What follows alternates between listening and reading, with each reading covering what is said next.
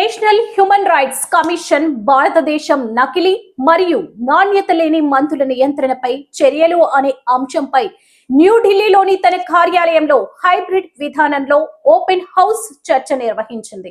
ఈ సమావేశానికి ఎన్హెచ్ఆర్సీ సభ్యులు జస్టిస్ డాక్టర్ విద్యుత్ రంజన్ సరంగి అధ్యక్షత వహించారు. ఈ సమావేశంలో ఎన్హెచ్ఆర్సీ సభ్యురాలు విజయ భారతి సయాని, మాజీ సభ్యుడు రాజీవ్ జైన్, కార్యదర్శి general Bharat Lal, director general investigation అనుప నిలకరి, రిజిస్ట్రార్ జోగేంద్ర సింగ్, జాయింట్ సెక్రటరీలు సమీర్ కుమార్, కేంద్ర మరియు రాష్ట్ర ప్రభుత్వాల ఉన్నతాధికారులు, నియంత్రణ సంస్థలు, చట్ట అమలు సంస్థలు, ఔషధ రంగ నిపుణులు పాల్గొన్నారు. జస్టిస్ డాక్టర్ విద్యుత్ రంజన్ సరంగి మాట్లాడుతూ, భారతదేశం వంటి విస్తృతమైన దేశంలో చిన్న నియంత్రణ లోపాలు కూడా పెద్ద స్థాయిలో మానవ నష్టం కలిగించే ప్రమాదం ఉందన్నారు. నకిలీ, నాణ్యత లేని మరియు తప్పుడు లేబుల్ మందులు ప్రజల జీవన హక్కు మరియు ఆరోగ్య హక్కుపై తీవ్ర ప్రభావం చూపుతున్నాయని, ఈ సమస్య పరిష్కరించడానికి బహుళ రంగాల సమన్వయం అవసరమన్నారు. విజయభారతి సయాని నాణ్యత లేని మందుల వలన కలిగే మానవ నష్టంపై దృష్టి పెట్టారు. ఆమె కుటుంబ సభ్యుడు తప్పు చికిత్స మరియు నాసిరకం మందులు వాడకం వలన శాశ్వతంగా చూపు కోల్పోయిన ఉదాహరణను వివరించారు. ఔషధ వ్యవస్థలో పర్యవేక్షణ మరియు బాధ్యతాయుత వ్యవస్థలను బలోపేతం చేయాల్సిన అవసరాన్ని ఆమె గుర్తించారు. రాజీవ్ జైన్ నకిలీ మందులపై కఠిన చర్యల కోసం ప్రత్యేక ఔషధ కోర్టులు ఏర్పాటు చేయాలని, రియల్ టైం పరీక్ష విధానాలు, తప్పనిసరి QR code, track and trace వ్యవస్థలు, బ్లాక్ చైన్ ఆధారిత సరఫరా గొలుసు ధృవీకరణ, ఎన్ఏబిఎల్ గుర్తింపు ల్యాబ్ల వినియోగం, ఏఐ ఆధారిత గుర్తింపు వ్యవస్థలు, ఆకస్మిక తనిఖీలు, విషల్ బ్లోయర్ రక్షణ, డిజిటల్ కేస్ ట్రాకింగ్, జాతీయ డేటాబేస్, ప్రజా హెల్ప్ లైన్ బలోపేతం వంటి చర్యలను సూచించారు. ఇది వరకు చర్చకు రూపురేఖలు వివరించిన భారత్ లాల్ మాట్లాడుతూ, నకిలీ మరియు నాణ్యత లేని మందులు రెండు ప్రజల జీవన మరియు ఆరోగ్య హక్కులను ప్రమాదకరమని తెలిపారు.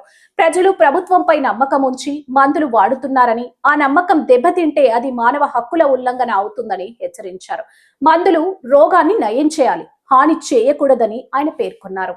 ఆయన drugs and cosmetics act 1940 section 17B ప్రకారం నకిలీ మందులు మరియు నాణ్యత లేని మందుల మధ్య తేడాను వివరించారు.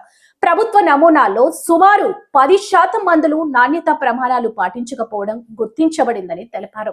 నకిలీ మందులు క్రిమినల్ కార్యకలాపాల ద్వారా తయారవుతాయని, వాటి తయారీదారులను గుర్తించడం కష్టమని, అయితే నాణ్యత లేని మందుల తయారీదారులను గుర్తించవచ్చని చెప్పారు. అక్టోబర్ 2025లో మధ్యప్రదేశ్, రాజస్థాన్, ఉత్తరప్రదేశ్ రాష్ట్రాలకు కేంద్ర ఆరోగ్య అధికారులకు పంపిన నోటీసులను కూడా ఆయన ప్రస్తావించారు.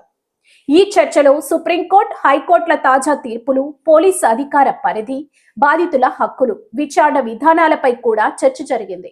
అనంతరం ప్రధాన సూచనలు వెలువడ్డాయి. నకిలీ మరియు నాణ్యత లేని మందులపై కేంద్ర స్థాయి సమగ్ర డేటా బ్యాంక్ ఏర్పాటు, సాంకేతిక పరిజ్ఞానం ద్వారా ముందస్తు హెచ్చరికలు, సరఫరా గొలుసు మ్యాపింగ్, డ్రగ్ ఇన్స్పెక్టర్లకు క్రమబద్ధ శిక్షణ, ఫీల్డ్ పరిశోధన విధానాల డాక్యుమెంటేషన్, ఇంటెలిజెన్స్ ఆధారిత నిఘా వ్యవస్థ, ఉత్తమ రాష్ట్రాల విధానాల ప్రాచుర్యం, కేంద్ర రాష్ట్ర సంయుక్త అమలు వ్యవస్థ, పెండింగ్ కేసులను సెషన్స్ కోర్టులకు బదిలీ చేయడం.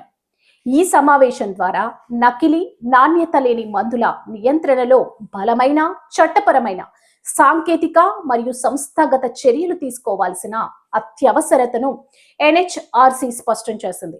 ప్రజల ఆరోగ్యాన్ని రక్షించడం ఒక నియంత్రణ బాధ్యత మాత్రమే కాదు, మానవ హక్కుల పరిరక్షణలో కీలకమైన అంశమని చర్చలో స్పష్టమైంది.